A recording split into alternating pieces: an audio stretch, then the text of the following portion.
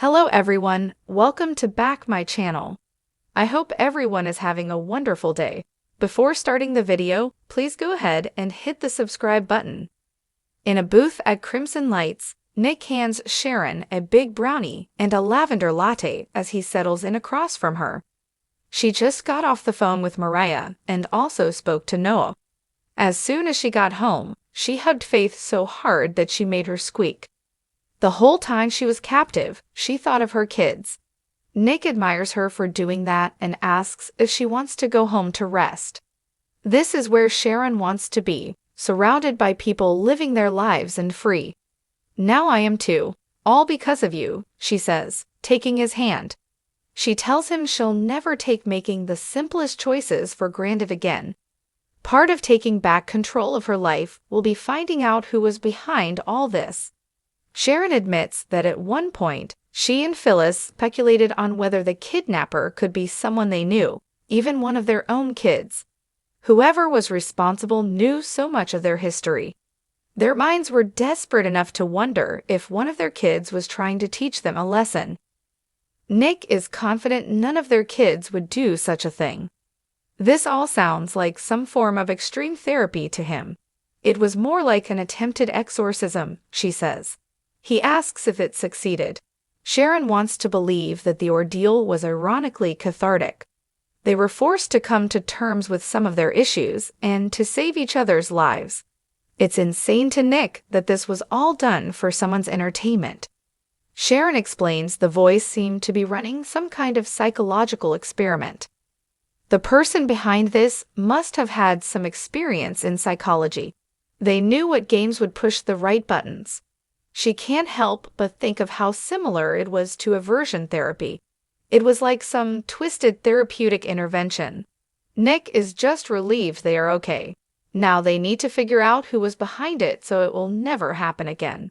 Phyllis walks down the steps of the athletic club and into the foyer. She looks around anxiously until her children burst through the revolving doors. Once they have enjoyed a group hug, the kids say they've been worried sick. Phyllis is okay now that she's seen her babies. They settle into the dining room. A burger and fries is set before her, as well as a large glass of red wine. The children beam while they watch her gorge. Phyllis likes that she could choose between fries and a salad, but it wasn't much of a choice. She giggles about how happy she is that it's not poisoned. Her kids want to hear everything. Phyllis explains how she was trapped in a clinic with Sharon. She's not sure what the point was.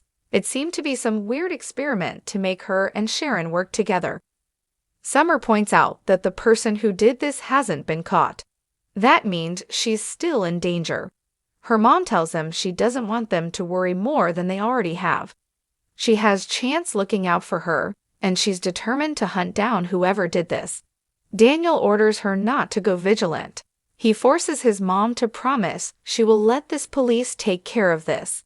Phyllis explains that her captor knew all about her history with Sharon and gave them tests and riddles.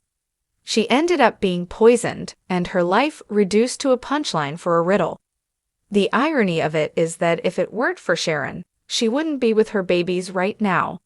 She shares that she woke up and Sharon didn't have a heartbeat, so she had to get her alive and kicking again. Daniel asks if they worked through any of their mutual anger. With some difficulty, Phyllis admits they've developed a new appreciation for each other's strengths. Summer doesn't want to mention it, but asks if this could have been Ian's doing. It crossed her mom's mind, but Chance assured her he was cremated. This freak has to be found, sooner rather than later, Phyllis says. At Billy's place, Sally tells him that being fed clues to find Sharon and Phyllis makes this whole debacle sound like the strangest kidnapping ever. She can't believe he just dove in on tracking them down. There was no way Billy wouldn't have done that. He couldn't turn away from the slightest chance of saving Phyllis. He starts beating himself up for thinking that Phyllis bailed on him instead of realizing something was wrong. Spectra assures him this is not his fault and her captor must have told her to give her family a bogus story. As he has a drink, she tells him how glad she is that he's okay. Billy frets that if they'd been 5 minutes later, Phyllis and Sharon would have been poisoned by gas. This all sounds insane to Sally. At least there was a happy ending. Billy worries that whoever did this is still roaming the streets. They can only hope the cops find them before something even worse can be done to someone else.